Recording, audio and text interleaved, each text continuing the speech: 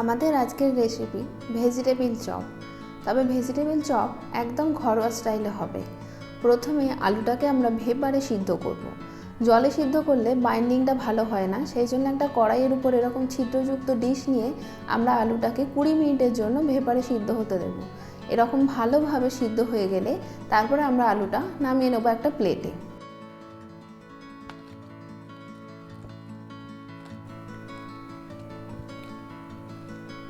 এইভাবে আলুগুলো গরম অবস্থাতেই ভালোভাবে ম্যাশ করে নিতে হবে।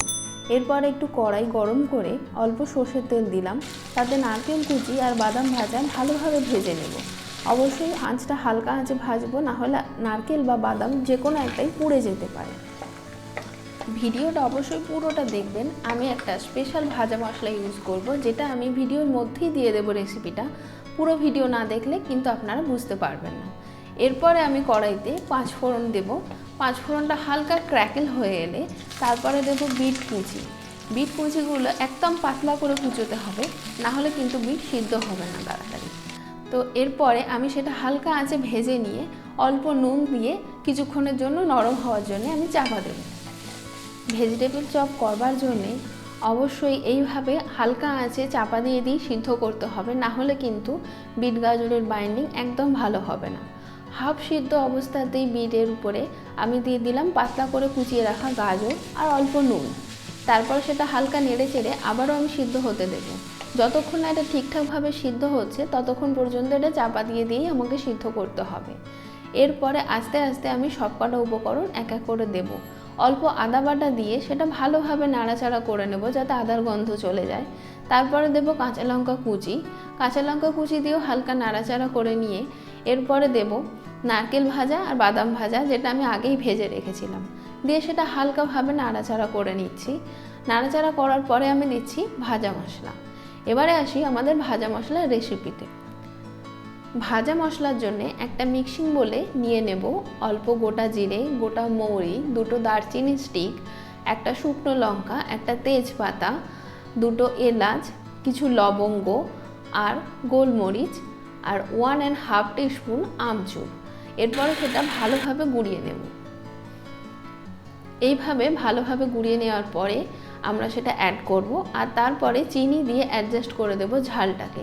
ঝাল আর মিষ্টি অবশ্যই আপনারা আপনাদের স্বাদ অনুযায়ী দেবেন। এরপর ধনেপাতা কুচি আর ম্যাশ করা আলুটা দিয়ে ভালোভাবে সবগুলো মিক্স করে নেব।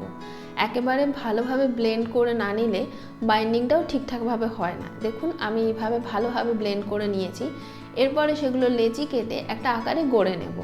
প্রথমে অল্প লেচি থেকে নিয়ে সেটাকে গোল আকারে গড়ে আমি লম্বাটে আকার করে নিচ্ছি। আপনারা চাইলে চ্যাপটা করতে পারেন। এইভাবে ভালোভাবে একটু শেপ দিয়ে দিচ্ছি। এটা কিন্তু বাইরে থেকে ফেটে গেলে ভাজার সময়তে আরও বেশি ছড়িয়ে যাবে এবং ফেটে বেরিয়ে যাবে তেলেতে।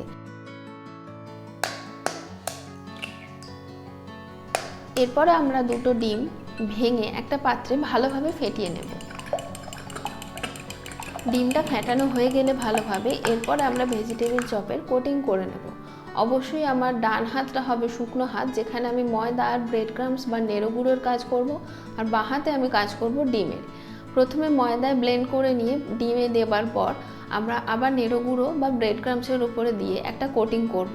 তারপরে আবার ডিমের মধ্যে দিয়ে তারপর আবার ব্রেড ক্রাম্বস বা নেড়ো গুঁড়োর উপরে দিয়ে সেকেন্ড কোটিং করব। এই কোটিং করার পরে এই ভেজিটেবিল চপের কোটগুলো কিছুদিন ফ্রিজারে রেখে দেওয়া যায়।